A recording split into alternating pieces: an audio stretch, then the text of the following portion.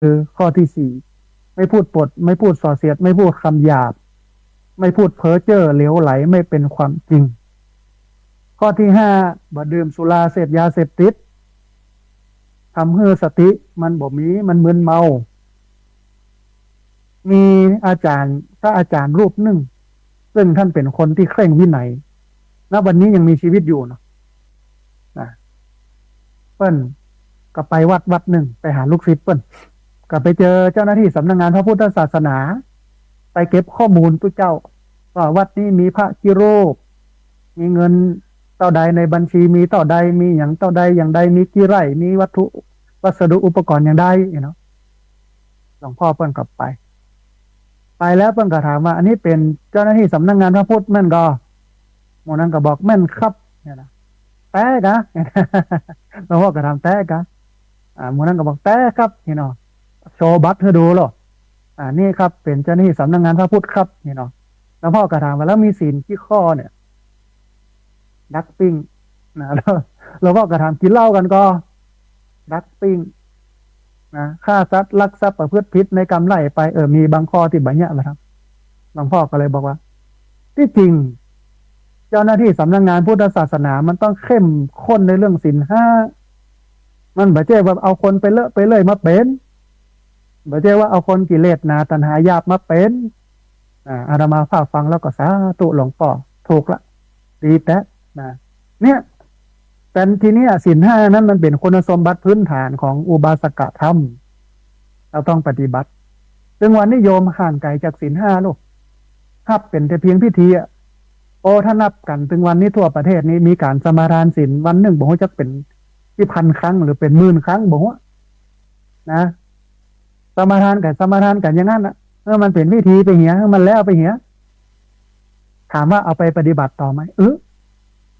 อันเนี้ยควรจะใส่ใจกันน้อยท่านผู้ฟังเรื่องศีลห้าเนี่ยเอาไปปฏิบัติกันพ้อง อันที่สองเนาะอุบาสกธรรมข้อที่สองอุบาสกธรรมข้อที่สามเพื่อนบอกว่าไม่ตื่นข่าวมงคลหวังผลจากกรรมไม่หวังผลจากมงคลอันนี้คือสิ่งที่พุทธเจ้าเพิ่นสอนนะคือถึงวันนี้ความเป็นมงคลกับแบบมงคลเท่ากับเข้าใจผิดถ้าจะเข้าใจความเป็นมงคลเนี่ยต้องไปอ่านมงคล38ประการหรือว่ามงคลละสูตรที่พระพุทธเจ้าบรรตรัสไว้ต้องไปอ่านตรงนั้นว่าอะไรเป็นมงคลไม่เป็นมงคลยกตัวอย่างเช่นอาเสวนาจะพาลนังการไม่คบคนพาลบัณฑิตานันจะเสวนาการไปคบบัณฑิตตัมมังคารมุตตัมมังนี่คือความเป็นมงคลอ่านก่อนท่านผู้ฟังเอาแค่เนี้ยความเป็นมงคลบอกเป็นมงคลมันเริ่มจากตรงนี้แล้วมันมีนักจนถึง38ประการแต่ถึงวันนี้ความเป็นมงคลบอกเป็นมงคลเขาเอาไสยศาสตร์นี้เขาเอาสิ่งที่มันนอกพุทธศาสนาว่ามาเป็นมงคลแล้วไม่เป็นมงคลเช่นวันดีวันเสียอย่างเงี้ยอดเท่า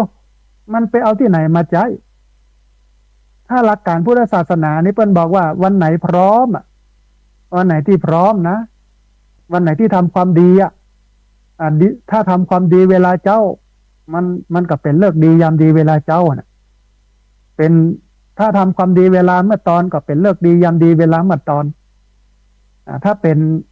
การทำความดีเวลาเมื่อค่ำมันก็เป็นเลิกดียามดีเวลาเมื่อค่ำคือทำความดีเมื่อไหร่ก็เป็นมงคลเมื่อนั้นแต่ถึงวันนี้บ่ได้นะท่านผู้ฟังโดยเฉพาะการเผาศพอย่าไปเผาอะไรวันบ่ดีเกี่ยง95เสียทิศกับจันทร์60เสียวันอังคาร48 12สุโขพุทธาวันนี้วันเสียไม่มีในพระพุทธศาสนาถ้าเขาเป็นพุทธสาวกเขาต้องยึดตรงนี้จะไปยึดกรรมเชื่อที่มันบัถูกต้องในพุทธศาสนาได้อย่างไรท่านผู้ฟังแต่วันนี้มีอิทธิพลเยอะศพบางศพเนี่ยสตังก็มีตุกโจรอยู่นะ7 วันก่อนเผาวันไหนก็บ่ได้และในนี้เผาวันไหนบ่ได้ย่ายใด7 วันเจ้าภาพท้ายที่สุดเป็นหนี้เป็นสินกันทุกข์ยากลำบากต้องไปหาเงินมาใช้หนี้ทั้งที่ว่าแทนที่ว่าคนตายก็ตายไว้ตายปุ๊บก็จะละเงินไว้ให้ได้ใจพ้องเพราะว่าคนหามันหาบ่ได้แล้วมันตายไปแล้ว ถ้าคิดในเชิงเนี้ยมันจะเป็นกุศลมันเป็นมงคลแต่อันนี้เอาวันดีวันเสียนะจะขึ้นบ้านใหม่จะแต่งงานจะนั่นจะนี่ออกรถสีนั้นสีนี้เลอะเทอะไม่เป็นความจริงพระเจ้าบ่ได้สอนมันก็ไปเกี่ยวอย่างกับเปลี่ยนชื่อเปลี่ยนเสียง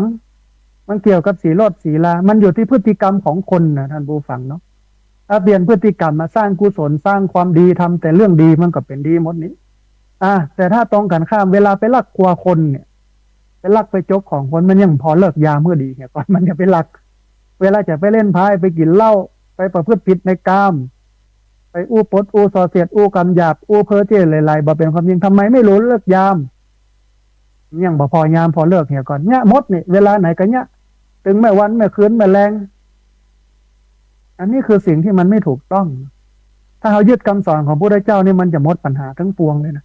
ท่านผู้ฟังอย่าไม่มีปัญหาอะไรเลยแต่ถึงวันเนี้ยสิ่งที่ทำอยู่ปฏิบัติอยู่มันไม่สอดคล้องกับหลักการของพุทธศาสนานะอันนี้คือข้อ3นะ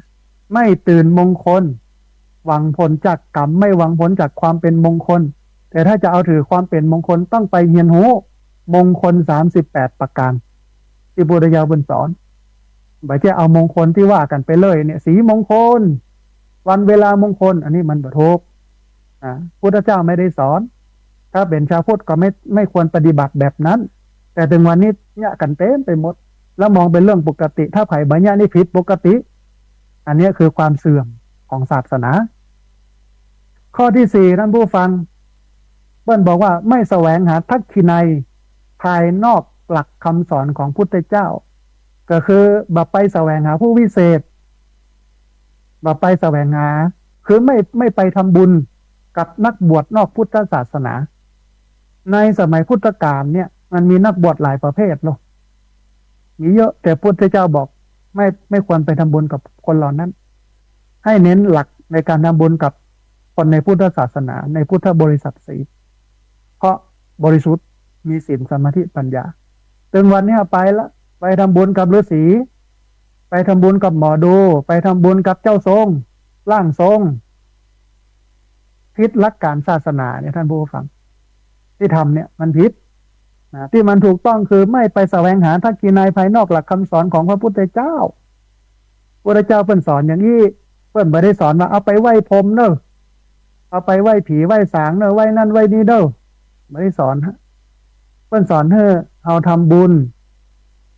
กับนักบวชในพุทธศาสนากับพุทธศาสนิกชนเกื้อกูลกันในหมู่คณะนี้อันนี้คือข้อที่4ความเป็นอุบาสกธรรมคือธรรมของอุบาสกนะครับข้อที่5ท่านผู้ฟังเพิ่นบอกว่าต้องเอาใจใส่ส่งเสริมสนับสนุนกิจการพระพุทธศาสนาช่วยกันพ่อกอยพุทธศาสนาเอาพุทธศาสนานั้นเพิ่นบ่ได้ยกคือบริษัทใดบริษัทหนึ่งกลุ่มใดกลุ่มหนึ่งแต่เพิ่นยกคือทุกเจ้าญาติโยมช่วยกันพอแต่ถึงวันนี้มันมีกระแสวัดก็อยู่ส่วนวัดแลชาวบ้านก็อยู่ส่วนชาวบ้านโลกกับธรรมแยกออกจากกันมันก็เลยเลอะเทอะอย่างนี้ไงท่านผู้ฟังมันก็เลยละวุ่นละวายแบบนี้แต่ถ้ามันถูกก็คือโลกอุปถัมภ์ธรรมทำคำจุดโลกก็เป็นกัลยาณมิตรเกื้อกูลกันไปตัวเจ้าอย่างเงี้ยได้กับเรื่องตัวเจ้าไปมาสนชาวบ้านกับเงี้ยได้กับเป็นได้เรื่องชาวบ้านไปบ่เอาธรรมะธรรมโมกับสนใจมาปะกันเตื้อกับวันพระวันศีลงานศพงานซากขึ้นบ้านใหม่แต่งงานพิธีกรรมกับปอมันแล้วไปนี่คือความล้มเหลวของพุทธศาสนาที่จริงมันต้องจับมือกันพ่อกอยกันดูแลกันหลายคนยังบอกหูเลยว่าในวัดมีตัวเจ้ากี่รูปมีเนรกี่รูปบ่เคยสนใจเลยบอกหูนะบ่ได้ไปวัดเหมือนละอย่านี่คือชาวพุทธนี่มันเป็นปัญหาอาตมาภาพมองเห็นปัญหาเหล่านี้นะก็เลยเอาเรื่องนี้มาย้ำให้ญาติโยมทั้งหลายได้ฟังว่าเขาต้องเข้าใจให้ใหม่เข้าใจเก่านั่นแหละเข้าใจเรื่องเก่านั่นแหละอีกใหม่อีกครั้งนึงทำให้มันชัดขึ้นถึงวันนี้เขาหนีรักพุทธศาสนาที่จริงมันมีรักหมดนะแต่ยังเป็นอย่างที่พระเจ้าเพิ่นบอกหมดแต่เขาบอกไปเฮียนหูบอกสนใจแต่ไปสนใจอย่างหมดที่มันบัจเจพุทธศาสนาหรือสนใจสิ่งที่มีพุทธศาสนาเหลือน้อยเต็มทีกับเรื่องนั้นมันก็เลยลุแล้วกันไปแบบนี้นะฮะ แต่ก็ดีใจที่บ้านเมืองเปิ้นตื่นตัวเนาะโดยเฉพาะตำรวจเนี่ยตอนนี้เปิ้นก็จะจัดระเบียบไปตรวจสอบบัญชีไปตรวจสอบการโกง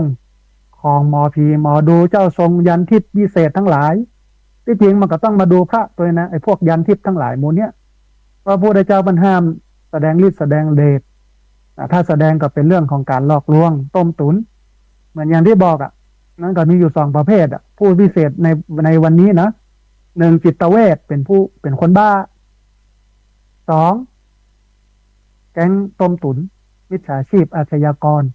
อันนี้ต้องแยกแต่ถ้าเขายึดหลักการพุทธศาสนานะปฏิบัติตามคำสอนเขาจะบ่เสี่ยงตังกับคนเหล่านี้เขาจะบ่เสียเวลากับคนหมู่นี้เลย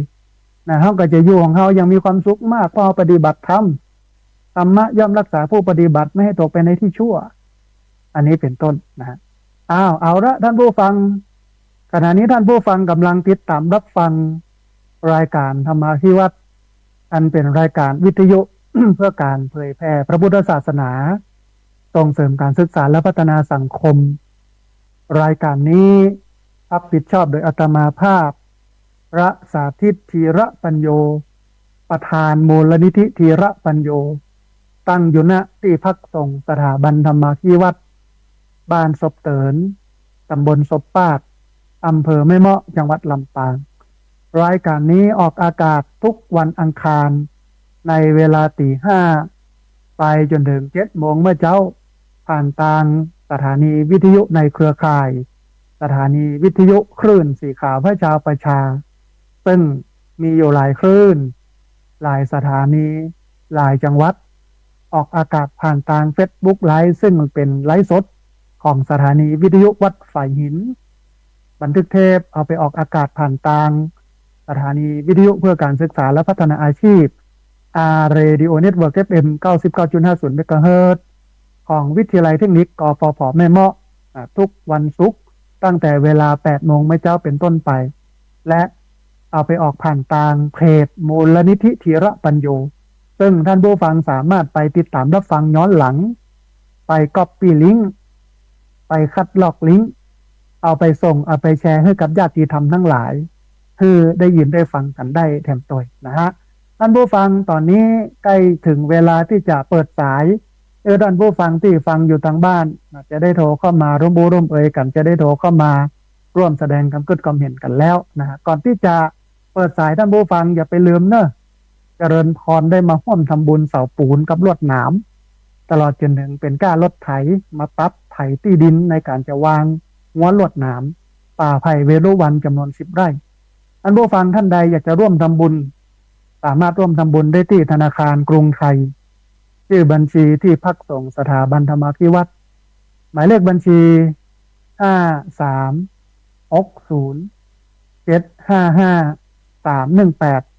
5360755318เป็นธนาคารกรุงไทยชื่อบัญชีที่พักสงฆ์สถาบันธรรมาภิวัตน์หมายเลขบัญชี5360755318เอาละท่านผู้ฟังตอนนี้ได้เวลาเปิดสายให้ท่านผู้ฟังที่ฟังอยู่ทางบ้านจะได้โทรเข้ามาร่วมบุร่วมเอ่ยกันแล้วโทรเข้ามาเช็คสัญญาณว่าชัดบ่ชัดอย่างใดเช็คบรรยากาศฝนตกบ่ตกอย่างใดเรียนเชิญเจริญพรที่เบอร์0641254122เบอร์0641254122เรียนเชิญเจริญพรได้โทรเข้ามาร่วมบูร่วมเอ่ยกันโทรเข้ามาร่วมแสดงความคิดความเห็นกันได้นะฮะที่เบอร์นี้เนาะในเวลาอยู่ประมาณสัก30-40 นาทีพอดีมีสายเข้ามาสายหนึ่งเดี๋ยวครับสายนี้ก่อนเพื่อจะว่าจะได้พ่องเจริญพรสายลุดไปคุณโยมโทรเข้ามาใหม่เนอะที่เบอร์0641254122เบอร์0641254122เจริญพรสาธุแม่น้อยกาดนัดเนาะสาธุสาธุเจริญพรเจ้านาทีไปเดียวนาทีไปน้อยหนึ่งละเจ้าได้แม่ได้1 ปีมาจบครบรอบแล้วนะว่ามีเจ้ากามารอภูเขาแม่มาก่อนเพิ่นมาตั้งแต่เจ้ามารอภูเข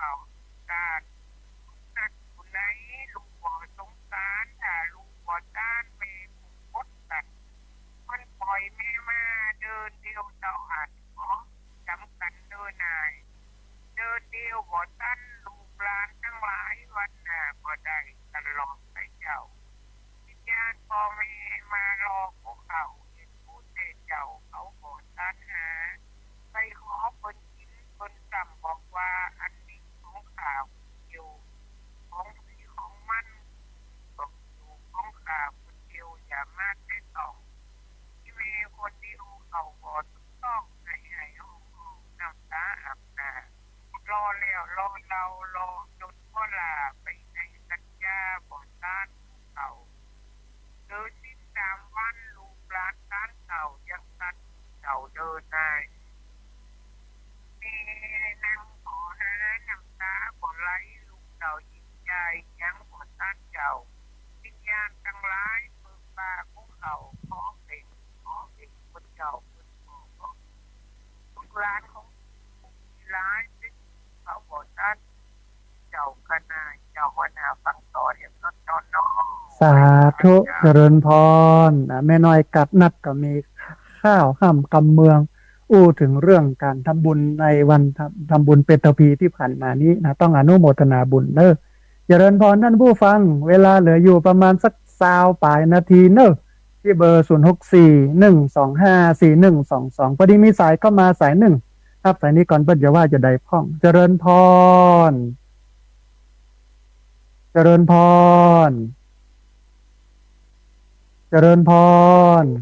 พอดีสายหลุดไปคุณโยมโทรมาใหม่เนอะที่เบอร์0641254122เบอร์0641254122เวลาโทรมาแล้ววิทยุหน่อยหนึ่งท่านผู้ฟังแล้วก็ฟังเสียงทางโทรศัพท์มันจะชัดดีนะถ้าบางอันเนี่ยเสียงมันจะสะท้อนนะกวนสัญญาณวึ่งวังนะฮะเรียนเชิญเจริญพรที่เบอร์0641254122มีอยู่9 สายที่โทรมาแล้วบัดติดโทรเข้ามาแล้วบัดได้รับสายเรียนเชิญเจริญพรโทรเข้ามาใหม่เนอะที่เบอร์นี้นะฮะเบอร์0641254122เบอร์0641254122พอดีมีสายเข้ามาสายหนึ่งครับสายนี้ก่อนเพื่อนจะว่าจะได้พ่องนะฮะเจริญพรสาธุเจริญพรโยมแม่แนะนำตัวน้อยแม่น้อมบ้านตาจางสัญญาณเป็นได้พ่องแม่ชัดเจนดีกอสาธุฝนเป็นได้พ่องแม่ตกก็เลยยุดยั้งไปแล้วสาธุดีละแม่ใกล้จะเข้าหน้าหนาวแล้วเนาะก็กำลังอันยั้งได้แต่ว่าวันซืนเนี่ยตอนนี้ ท่วมหลายวันปีนี้นะท่วมหลายวันกำลังยั้งแม่นะมันจะได้เป่งเนาะแม่เนาะอนุโมทนาบุญกับโยมแม่เนอะสาธุเจริญพรอนุโมทนาบุญกับโยมแม่นะฮะแม่น้อมบ้านตาจ้างนะเรียนเชิญเจริญพรเนื้อท่านผู้ฟังที่เบอร์0641254122เบอร์0641254122เรียนเชิญเจริญพรได้โทรเข้ามาร่วมเอ่ยกันโทรเข้ามาร่วมแสดงความเห็นกันนะฮะพอดีมีสายเข้ามาสายหนึ่งเดี๋ยวครับสายนี้ก่อนว่าจะได้พ่องเจริญพรอันคุณโยมรีวิทยุน้อยหนึ่งเนอะแล้วก็ฟังทางโทรศัพท์เนอะพอดีเสียงมันสะท้อนเข้ามาในรายการนะฮะเจริญพรคุณโยมรีวิทยุน้อยหนึ่งเนอะฟังทางโทรศัพท์เนาะพอดีเสียงมันสะท้อนมาในรายการนะฮะเจริญพร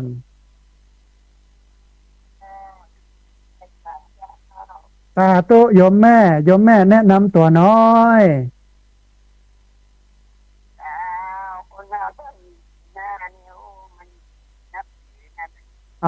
แม่จันเรือนใสเวียงตะการสันปะตองเนาะฮัลโหลเช้านี้ทำมาที่ขนาดเลยเจ้าสาธุเข้าใจดีเนาะแม่เนาะชัดเจนดีเจ้าไว้กราบเจ้าสาธุเจริญพรอนุโมทนาบุญกับแม่จันเรือนใสเวียงตะการสันปะตองเชียงใหม่นะโยมแม่บอกว่าคนเฮานะถ้าบ่มีศีล 5ก็บ่มีดีอย่างสักอย่าง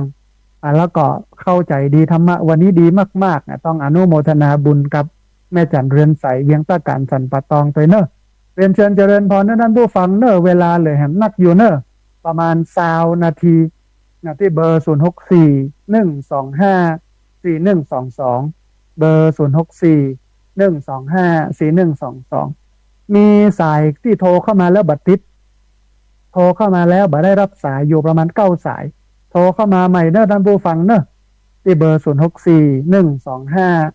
0641254122เบอร์0641254122นะฮะในวันนี้อู้ถึงเรื่องสำคัญในพุทธศาสนาอย่างความเข้าใจให้ญาติโยมนั้นได้เข้าใจในหลักธรรมคำสอนที่ถูกต้องนะอันนี้คือหลักการของศาสนานะเราต้องเข้าใจตรงนี้ก่อนเข้าใจแล้วมันก็จะดีต่อเราพอดีมีสายเข้ามาสายหนึ่งเดี๋ยวฮับสายนี้ก่อนเพื่อจะว่าจะได้คล่องเจริญพรสาธุเจริญพรคนโยมแนะนำตัวน้อยเอาป้อบุญมีบ้านนอจางนอสัญญาณเป็นใดพ่องป้อสัญญาณชัดเจนดีก่อโอ้สาธุนะวันนี้เข้าใจธรรมะดีนอป้อนอโอ้สาธุอนุโมทนาบุญกับโยมป้อจำนักที่ติดตามรับฟังบ่ละบ่ลืมกันเนอะสาธุเจริญพรนะป้อบุญมีนอจ้างนะฮะโตเข้ามาฮื้อกำลังใจกันต้องอนุโมทนาบุญกับโยมป้อตัวเรียนเชิญเจริญพรเนอะท่านผู้ฟังที่เบอร์0641254122เบอร์0641254122เรียนเชิญเจริญพรได้โทรเข้ามาร่วมบูร่วมเอ่ยกันโทรเข้ามาร่วมแสดงความคิดความเห็นกันนะฮะที่เบอร์0641254122เบอร์0641254122นะฮะในวันเนี้ยได้อู้ถึงหลักธรรมของพระพุทธเจ้าที่ให้เกิดความเข้าใจอย่างชัดเจนในหลายๆเรื่องเพื่อให้ญาติโยมทั้งหลายนั้นได้หูเนาะหูแล้วก็จะตื่นนะตื่นแล้วก็จะเบิกบานนะรู้ตื่นเบิกบานมันก็จะทำให้เรานั้นเป็นคนที่บ่โดนหลอกง่ายบ่จุง่ายอย่างที่อาตมาภาพบอกนะฮะถึงวันนี้ผู้พิเศษทั้งหลายกำลังก็ยังมีอยู่2 จำพวก1ผู้ป่วยจิตเวช2อาชญากรคนที่มาจุมาหลอกเขาวันนี้มีสายเข้ามาสายหนึ่งเดี๋ยวฮับสายนี้ก่อนเพื่อจะว่าจะได้พ้องเจริญพรสาธุโยมป้อแนะนำตัวน้อย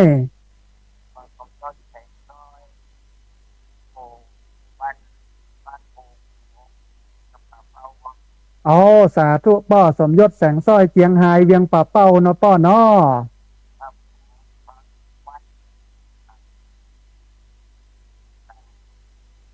โอ้สาธุ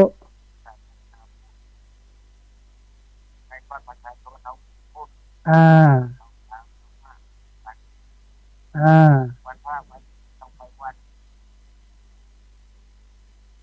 ไปกินไปตามที่วัดทำหน้าที่ของความเป็นพุทธศาสนิกชนเนาะ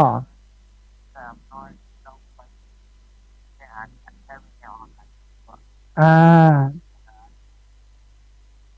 อนุโมทนาบุญกับป้อสมยศแสงสร้อยเนอะสาธุอนุโมทนาบุญกับป้อสมยศแสงสร้อยจากเวียงป่าเป้าเจียงไฮโยมป้อเป็นโอชัดนะว่าเป็นชาวพุทธนะในบัตรประจำตัวเป็นพุทธในใบทะเบียนบ้านก็เป็นพุทธในใบเกิดสุจิบัตรก็เป็นพุทธเพราะฉะนั้นเราก็เจ้าทำหน้าที่ของความเป็นพุทธศาสนิกชนเข้าวัดเข้าวาศึกษาธรรมะปฏิบัติธรรมะต้องอนุโมทนาบุญกับป้อสมยศแสงสร้อยตัวที่มาเติมที่นี่คือชัดเจนขึ้นนะฮะเรียนเชิญเจริญพรเนอะท่านผู้ฟังเนอะที่เบอร์0641254122เบอร์0641254122เรียนเชิญเจริญพรโทรเข้ามาร่วมเอ่ยกันนะโทรเข้ามาร่วมแสดงความคิดความเห็นกันนะฮะเวลาพอที่จะมีเหลืออยู่ประมาณสัก26 นาที27 นาทีได้หลายสายนะท่านผู้ฟังนะโทรเข้ามาได้ที่เบอร์0641254122บอกว่า สัญญาณชัดบ่ชัดอย่างใดนะญาติโยมฟังนักบ่นักอย่างใดเนาะโทรเข้ามาได้ที่เบอร์นี้นะฮะเบอร์0641254122อันพอดีมีสายเข้ามาสายหนึ่งเดี๋ยวครับสายนี้ก่อนเพื่อว่าจะได้พ่องเจริญพ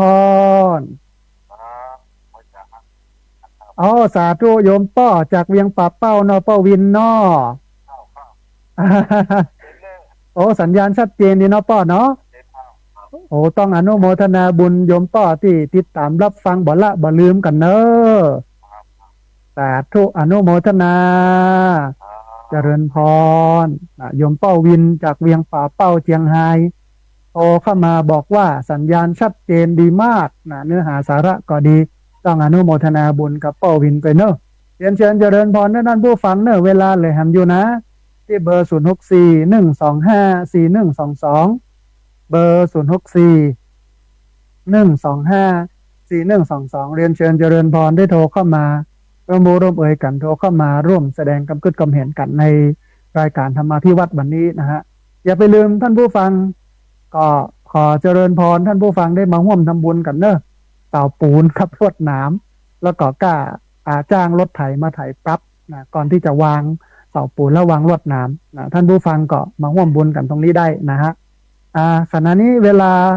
เหลืออยู่นะประมาณสัก20 กว่านาทีเนาะมีเวลาเยอะนะวันนี้นะโทรเข้ามาได้เนอะที่เบอร์0641254122พี่น้องจากเชียงใหม่พะเยาเชียงไฮ้ละปูนลำปางแม่ฮ่องสอนหรือว่าฟังอยู่ทั่วประเทศทั่วโลกนะก็เจริญพรโทรเข้ามาได้เนาะพอดีมีสายเข้ามาสายหนึ่ง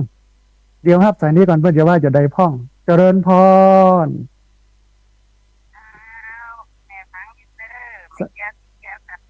อ๋อสาธุแม่แก้วสีแก้วบ้านกาดโป่งเนาะสัญญาณชัดเจนนี่เนาะป้อเนาะ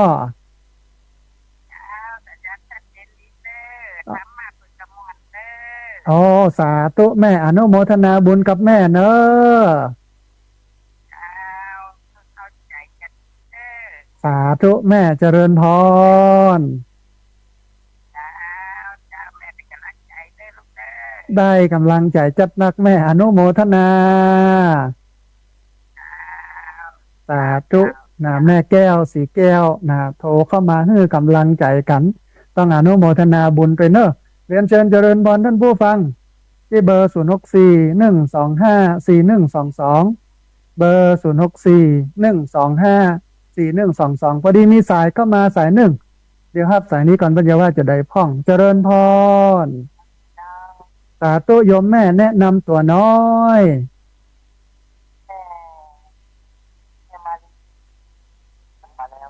อ๋อสาธุแม่สัญญาณเป็นได้พ่องวันนี้ชัดเจนดีเนาะเนื้อหาสาระก็พอใจได้อยู่เนาะแม่เนาะโอ้สาธุอนุโมทนาบุญกับโยมแม่ที่ติดตามรับฟังบ่ละบ่ลืมกันเนอะสาธุเจริญพรโยมแม่โทรเข้ามากำลังใจกันต้องอนุโมทนาบุญตัวมาเช็คสัญญาณตัวนะฮะเรียนเชิญเจริญพรเนอะท่านผู้ฟังเนอะที่เบอร์0641254122เบอร์0641254122เรียนเชิญเจริญพรได้โทรเข้ามาร่วมเอ่ยกันโทรเข้ามาร่วมแสดงความคิดความเห็นกันนะฮะในเวลาที่เหลืออยู่ประมาณสัก20 นาทีก็ธรรมะของพระพุทธเจ้าอย่างที่บอกท่านผู้ฟังอาตมาภาพต้องการให้ท่านผู้ฟังนั้นเป็นคนหูเป็นคนตื่นเป็นคนเบิกบานหูตื่นเบิกบานท่านผู้ฟังที่จริงพุทธศาสนามันก็เป็นแบบนี้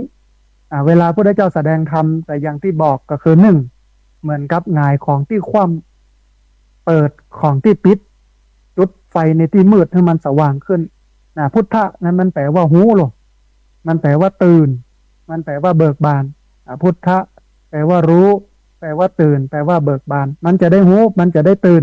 มันจะได้เบิกบานถ้าบ่หูเนี่ยมันก็ไม่รู้มันก็หลับมันก็เศร้าหมองหลับไม่รู้เศร้าหมองมันตรงกันข้ามกับพุทธะซึ่งแปลว่าหูตื่นเบิกบานอันหนึ่ง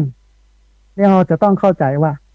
ที่จริงวัฒนธรรมประเพณีต่างๆที่เราปฏิบัติกันอยู่เนี่ยถ้ามันถูกลัก ถ้ามันถูกต้องนะมันต้องเกื้อกูลให้ศีลมีมากขึ้นมันต้องเกื้อกูลให้สมาธิมีมากขึ้นมันต้องเกื้อกูลให้ปัญญามีมากขึ้นยิ่งแบบใจว่ายิ่งปฏิบัติไปแล้วศีลมันเสื่อมลงยิ่งปฏิบัติไปแล้วสมาธิมันเสื่อมลงยิ่งปฏิบัติไปแล้วปัญญามันเสื่อมลงนี่แสดงว่ามันส่วนต่างเนาะมันบ่ถูกต้องตามหลักการของพุทธศาสนาแต่ถ้ามันถูกต้องเนี่ยโอ้ศีลจะต้องมีขึ้นสมาธิต้องมีขึ้นปัญญาต้องมีขึ้นถ้ามันเข้มข้นด้วยศีลสมาธิปัญญาแบบนี้แล้วมันก็ถือว่าเราเป็นพุทธแท้นะฮะพอดีมีสายเข้ามาสายหนึ่งเดี๋ยวครับสายนี้ก่อนเพื่อจะว่าจะได้พ้องเจริญพรสาธุโยมป้อแนะนำตัวน้อยโอ้สาธุโยมป้อสัญญาณชัดเจนดีเนาะโอ้หายไปจัดเมินนะโยมป้อนะอ๋อโทรบอกค่อยติดเนาะนั่นแสดงว่าผลบันโทกันเข้ามาหลายโยมป้อต้องขออภัยกับโยมป้อตัวเนอร์แต่ว่าความพยายามสำเร็จแล้วอ่า เอออ๋อแต่ถ้าโทรมากูเตือกก็ต้องเบอร์นี้นะป้อเนอร์ยังใดก็รักษาสุขภาพนะป้อนะโอ้สาธุป้ออนุโมทนาบุญสาธุเจริญพรนะป้อสุทนบ้านแม่จองเมืองลี้ละปูนนะโทรเข้ามาให้กำลังใจกันต้องอนุโมทนาบุญตัวเองนะฮะที่โยมป้อติดตามรับฟังบ่ละบ่ลืมต้องบอกกันท่านผู้ฟังว่าโทรศัพท์เนี่ยอาจจะโทรติดยากน้อยเพราะว่าคนโทรเข้ามาเยอะหลายสายมันอาจจะวุ่นวายกันนะฮะแต่ว่าจังหวะนึงมันจะติดก็จะได้ติดนะถ้าเป็นวางสายกันพอดีมีสายก็มาเห็นสายหนึ่งเดี๋ยวครับสายนี้ก่อนเพื่อจะว่าจะได้คล่องเจริญพร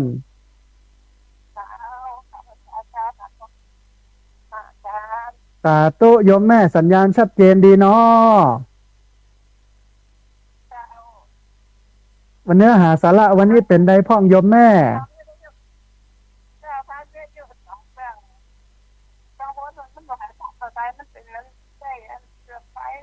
อ่าเลยเอาฝนลมมีพ่องก่อโยมแม่มีฝนมีลมพ่องก่อเมืองปาน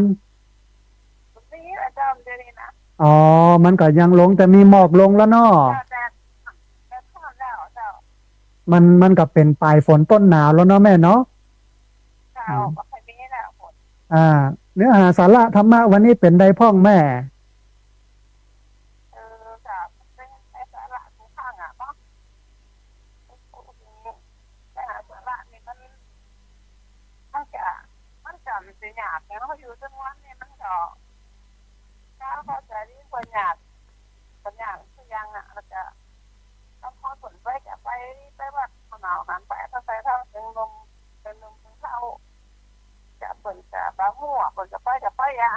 อ่า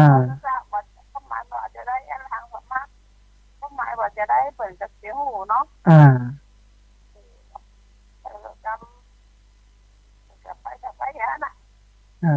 ถ้ามันมีการอธิบายการเรียนรู้กันนี้มันก็จะดีขึ้นเลยเนาะแม่เนาะแม่นมันถึงจะเข้าใจได้แม่ถ้าบ่ฮู้เนี่ยมันก็ยะไปตามนั้นตามบ่ฮู้นั่นเนาะเออ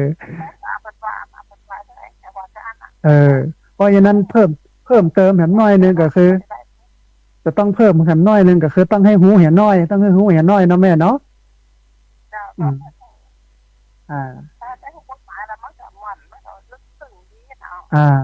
มันเข้าใจดีนะโอ้อนุโมทนาบุญกับโยมแม่คำนวณเจ้าซ้อนเมืองปานลำปางเนอสาธุแม่อนุโมทนาสาธุนะโยมแม่คำนวณนะอยู่ที่เจ้าซ้อนเมืองปานลำปางนะฮะท่านผู้ฟังเวลาเหลือประมาณ18 นาทีได้แหมหลายสายเนอเรียนเชิญเจริญบอลที่เบอร์064 125 4122เบอร์064 125 4122เรียนเชิญเจริญพร โทรเข้ามาร่วมเอ่ยกันโทรเข้ามาร่วมแสดงความคิดความเห็นกันโทรเข้ามาเช็คสัญญาณก็ดูจากสภาพอากาศแล้วเนี่ยฝนก็น่าจะเบาบางลงแต่ว่าอาจจะไปที่ภาคอีสานแล้วก็ภาคเหนือตอนล่างนะฮะภาคเหนือตอนบนนี่คงจะน้อยนะพอดีมีสายก็มาสายหนึ่งเดี๋ยวครับสายนี้ก่อนเพื่อว่าจะได้พ้องเจริญพร ข้าพเจ้าลูกบวชขอเบอร์โทรศัพท์และก็ว่าเป็นงานที่สังคมพระเจ้าเบอร์โทรศัพท์อย่างก็โยมแม่อย่างนี้ว่าเบอร์โทรศัพท์อย่างก็อ๋อจ๋าเออของท่านที่ว่าถ้าเสือเป็นปัญหาอะไรครับอ๋อตอนนี้ยังบอกมีเตื้อแม่เดี๋ยวจะเซาะเฮือเนอแม่เนอเจ้าได้ไม่จะที่เจ้าโทรมาถามตอนไหนเจ้าเดี๋ยวถ้าเซาะได้เดี๋ยวจะโทรกลับก่อนแล้วกันหรือว่าตอนสายๆอาจจะเป็นบ่ายก็ได้โทรเข้ามาเนาะแม่เนาะอ๋อโยมแม่อยู่ตังใดคนละปางอ๋ออยู่ในเวียงลำปางเนาะแม่เนาะอ่าเพราะว่าตอนนี้ยังบอกมีเตื้อแต่ว่าเดี๋ยวจะเซาะเฮือเนาะอ่า เจ้าว่าเป็นขอบคุณเจ้าสาธุแม่เจริญพรอนุโมทนาบุญกับโยมแม่ตัวเองนะฮะเรียนเชิญเจริญพรท่านผู้ฟังเวลาเหลือประมาณ10 กว่านาทีโทรเข้ามาได้ที่เบอร์0641254122เบอร์0641254122เรียนเชิญเจริญพรได้โทรเข้ามาร่วมเอ่ยกันโทรเข้ามาร่วมแสดงความเห็นกันนะฮะที่เบอร์นี้เบอร์0641254122ก็วันนี้ได้เนื้อหาสาระประเด็นหลักอาจจะทำความเข้าใจให้ญาติโยมได้เข้าใจรายการนี้เป็นรายการวิทยุที่เน้นเรื่องการเผยแผ่พุทธศาสนาในเชิงปัญญาเนาะอันที่สองเนี่ยเน้นเรื่องการส่งเสริมการศึกษาให้ญาติโยมได้รู้ข่าวสารเรื่องนั้นเรื่องนี้เรื่องโน้นนะฮะอันที่สามเนี่ยเน้นเรื่องของการพัฒนาสังคมในมิติต่างๆมีอยู่3 ลักษณะอย่างนี้นะฮะก็ให้ญาติโยมได้เข้าใจแล้วก็ได้เรียนรู้ไปด้วยกันพุทธศาสนาเป็นศาสนาที่เน้นย้ำการเรียนรู้โดยเฉพาะคำสอนของพระพุทธเจ้าในสมัยตะก่อนเนี่ยพระพุทธเจ้าเผยแผ่พุทธศาสนาให้กับคนต่างศาสนาคือกับคนที่บ่เข้าใจศาสนาคนที่ไม่มีศาสนาแต่ณวันนี้เนาะกลายเป็นว่าเฮามาเผยแผ่พุทธศาสนาให้กับพุทธศาสนิกชน เออมันตรงกันข้ามนะคือทั้งที่พุทธศาสนิกชนนี่ต้องเข้าใจศาสนาดีแล้วแต่กลับกลายเป็นว่าวันนี้เนี่ยพุทธศาสนิกชนเข้าใจพุทธศาสนาได้ไม่ค่อยดีมันก็เลยจำเป็นอย่างยิ่งที่จะต้องมาทำให้พุทธศาสนิกชนได้เข้าใจพุทธศาสนาอย่างถูกต้องให้ตรงกับคำว่าพุทธะเนาะซึ่งแปลว่าหูแปลว่าตื่นแปลว่าเบิกบานถ้าบ่มีพุทธะก็คือบ่มีการหูบ่มีการตื่นบ่มีการเบิกบานเนี่ยความเป็นพุทธในตัวเฮามันก็บ่มีมันก็บ่ชัดเจนเพื่อคือเกิดความชัดเจนเนี่ยมันก็จะต้องเข้าไปเรียนรู้ตรงนี้นะฮะทีนี้อาตมาภาพก็เลยบอกว่าโอ้ช่วงนี้เป็นช่วงที่ดีที่บรรดาตำรวจทั้งหลายนะที่เปิ่นพยายามจะไปจัดการในเรื่องของพระที่มันบ่ถูกต้องคือมันถูกต้องระบบการเงินการทองอะไรอย่างต่างๆตัวรวมไปจนถึงเรื่องราวของคนที่มันอัศจรรย์พันลึกเป็นเจ้าทรงองค์ผีเป็นหมอดูเป็นเจ้าพิธีกรรมยันทิพย์ยันเทิบเป็นอย่างทั้งหลายนี่นะซึ่งอย่างที่บอกว่าส่วนใหญ่มันจะมีอยู่2 ประเภทก็คือ1จิตเวชเป็นผีบ้าอันที่2เป็นอาชญากรที่มาจุมาหลอกเฮามาต้มตุนเฮาที่จริงมันก็เป็นอย่างนั้นเป็นส่วนใหญ่เป็นส่วนมากตึง90%นะฮะเอาเสียเงินเสียทองไปก็อย่างโมนี้เยอะพอดีมีสายเข้ามาสายหนึ่งเดี๋ยวครับสายนี้ก่อนเพื่อจะว่าอย่าได้พ้องเจริญพรโอ้สาธุจอมตองขวางเปาเนาะแม่เนาะสัญญาณสัญญาณเป็นได้พ้องแม่ชัดเจนดีกอโอ้สาธุอนุโมทนาบุญกับโยมแม่เนอะพอดีเพิ่นโทรกันมานักมาหลายต้องขอสุมาภัยโยมแม่ตัวเนอะ สาธุสาธุแม่เจริญพรนะโยมแม่จากห่วงเปาจอมตองนะโทรเข้ามาให้กำลังใจแล้วก็บอกว่าโอ้พระอาจารย์โทรติดยากขนาดเด้อนะเพราะนั้นตอนนี้สายว่างแล้ว เรียนเชิญเจริญพรเนอะที่เบอร์064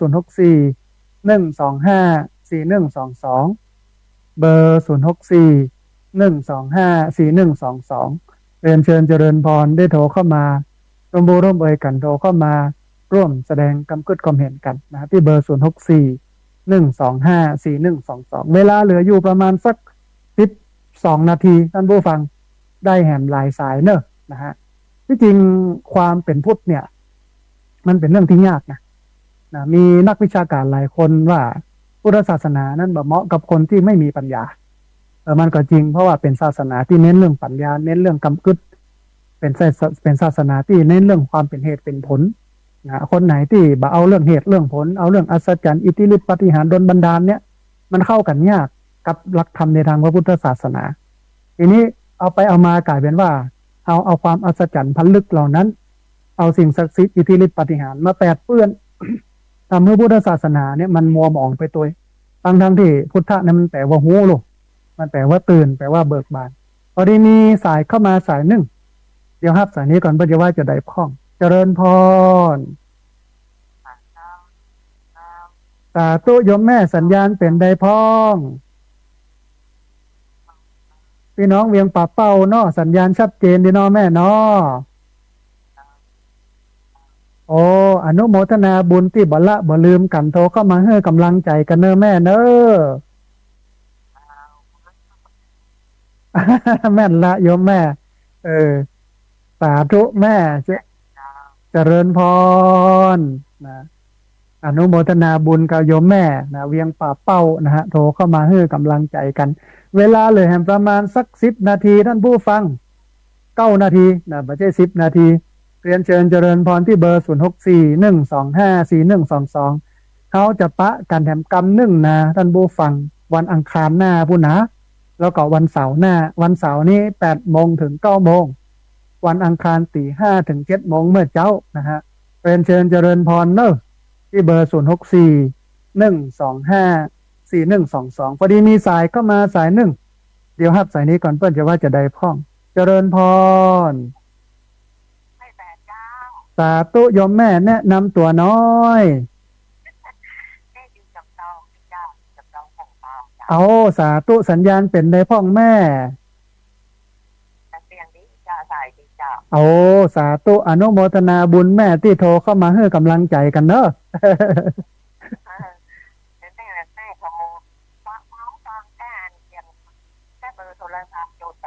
อ๋อสาธุตอนนี้ตันแล้วเนาะแม่เนาะเดี๋ยวเตือนหน้าถ้าอย่างใดก็โทรเข้ามาแถมเนอะแต่อาจจะติดยากน้อยเนอะแม่เนอะแม่ละโยมแม่สายที่บันได้ครับตอนนี้มีอยู่ประมาณ19 สายติดอยู่นี่ โอ้ยังก็โยมแม่แม่นละแม่นละอนุโมทนาแต่กับแม่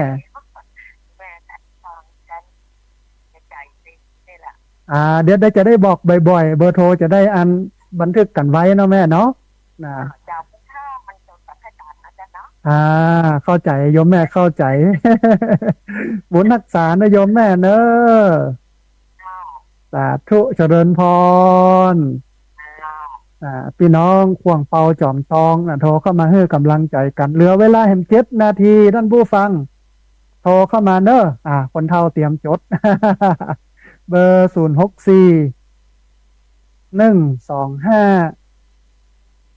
4122นะเบอร์064 125 4122นะฮะเรียนเชิญเจริญพรได้โทรเข้ามารวมบุร่วมเอ่ยกันแล้วก็หลังจัดรายการแล้วประมาณสัก30 นาทีฟังโทรมาเตือนเนอะ30 นาทีหลังจากนี้ก็จะไปเข้าห้องน้ำ ไปทำภารกิจส่วนตัวเพราะว่านั่งเทศนั่งบรรยายมาประมาณ2 ชั่วโมงท่านผู้ฟังมันก็จะต้องไปเข้าห้องน้ำทำภารกิจส่วนตัวล้างหน้าล้างตาแปรงฟันฉันเข้าลูกญาติโยมจะโทรเข้ามาก็หลัง8 โมงเนาะ8 โมงก็โทรเข้ามาเราร่วมเอ่ยกันโทรเข้ามาสอบถามโน่นนี่นั่นโทรเข้ามาร่วมทำบุญกินทานกันได้นะหลังจากที่ 8 โมงแล้ว พอที่จะมีเวลาเหลืออยู่วันนี้บัดได้ไปทางใดท่านผู้ฟังอยู่เคลียร์งานเพราะว่า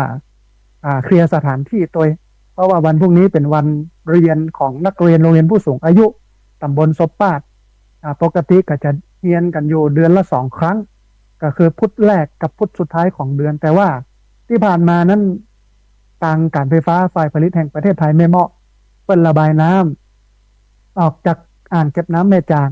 น้ำก็เลยท่วมถนนขึ้นวัดเข้าออกมาได้แล้วก็ออกได้แต่ออกทางหลังต้องเป็นรถ4 วิวก็ออกยากเย็นแสนเข็มติดอยู่ประมาณเกือบติดนะฮะบอกกองน้ำลดลงก็เลยวันนี้การไฟฟ้าเพิ่นจะมาปรับทางถมเสร็จแล้ววันพรุ่งนี้นักเรียนก็จะมาแล้วก็วันฮือก็จะมีละอ่อนนักเรียนโรงเรียนมัธยมของอันตำบลศพปาดแห่งโรงเรียนหนึ่งมาพอดีมีสายเข้ามาสายหนึ่งเดี๋ยวฮับสายนี้ก่อนเพิ่นจะว่าจะได้พ้องเจริญพร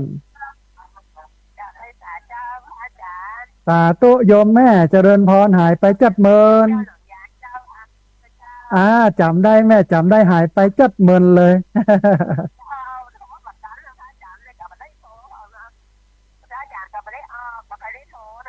โอ้สาธุวันนี้ได้ฟังแล้วแม่เนาะสัญญาณชัดเจนก่อนแม่โอ้สาธุอันนี้เป็นแฟนพันธุ์แท้สาธุแม่จะได้กลับไปละไปลืมกันเนอะแม่เนอะ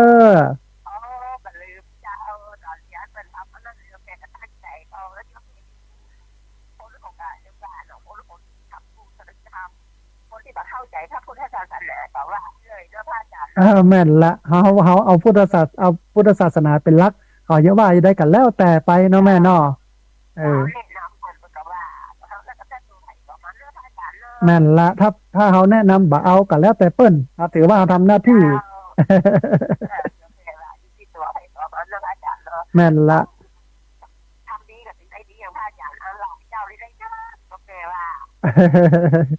อนุโมทนาบุญแม่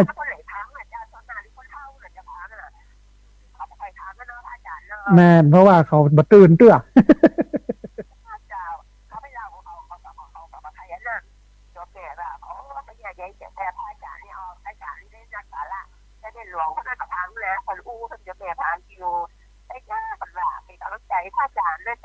สาธุแม่อนุโมทนาบุญจัดนักเนอะแม่เนอะสาธุมาเป็นอย่างแม่ฟังเป็นพลังเงียบเนาะแม่เนาะนะ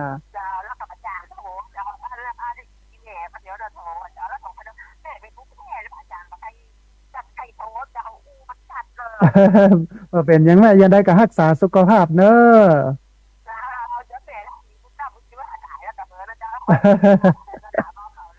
ดีละบุญกรรมบุญจูถ้าแบบกรรมบ่จูนี่ก็ไปเมือนแล้วเนาะแม่เนาะ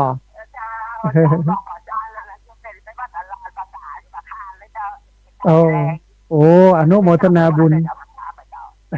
สาธุแม่อนุโมทนาบุญเนอะ